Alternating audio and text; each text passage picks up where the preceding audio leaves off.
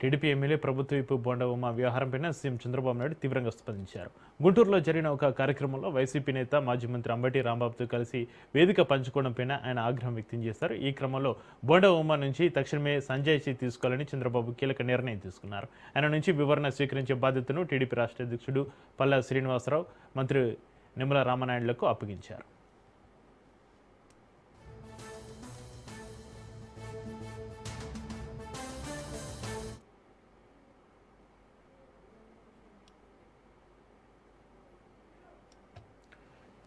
ఇద్దరు ఒకే వేదిక పైన ఆశీలు అవడమే కాకుండా ఆప్యాయంగా మాట్లాడుకున్నారు. ఇందుకు సంబంధించిన వీడియోలు, ఫోటోలు సోషల్ మీడియాలో విస్తృతంగా ప్రచారం కావడంతో రాజకీయ వర్గాల్లో చర్చ మొదలైంది. నిత్యం చంద్రబాబును, టీడీపీ ప్రభుత్వాన్ని తీవ్రంగా విమర్శించి అంబడితోటి బోండా ఉమ వేదిక పంచుకోవడంపైన సొంత పార్టీ శ్రేణుల నుంచి అసంతృప్తి వ్యక్తమైంది.